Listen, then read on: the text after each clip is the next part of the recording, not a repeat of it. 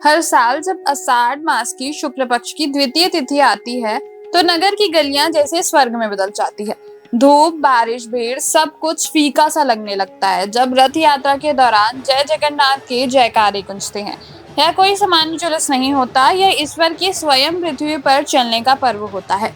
इस दिन भगवान जगन्नाथ, उनके बड़े भाई बलभद्र और बहन सुभद्रा अपने भक्तों से मिलने की ओर निकलते हैं।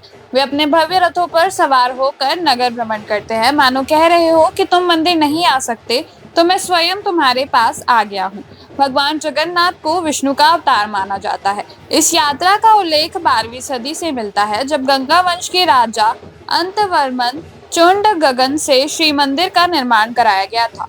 किंवदंती कहती है कि माता सुभद्रा ने इच्छा जताई है कि वे पूरी नगर घूमना चाहती है। तभी से यह यात्रा हर साल होती है, जिसमें भगवान स्वयं नगर भ्रमण करते हैं। तीनों रथों के नाम उतने ही खास हैं।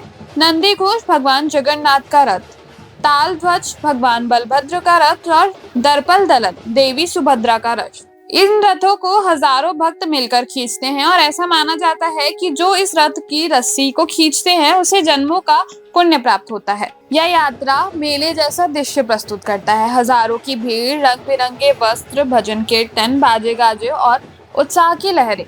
लेकिन रथ यात्रा सिर्फ भारत में ही नहीं आती, आज तो वह पर्व दुनिया के कोने कोने में मनाया जाता है। अमेरिका, इंग्लैंड, रूस, नेपाल और भारत के हर कोने में रथ यात्रा हमें यह सिखाती है कि ईश्वर किसी एक मंदिर तक सीमित नहीं होते।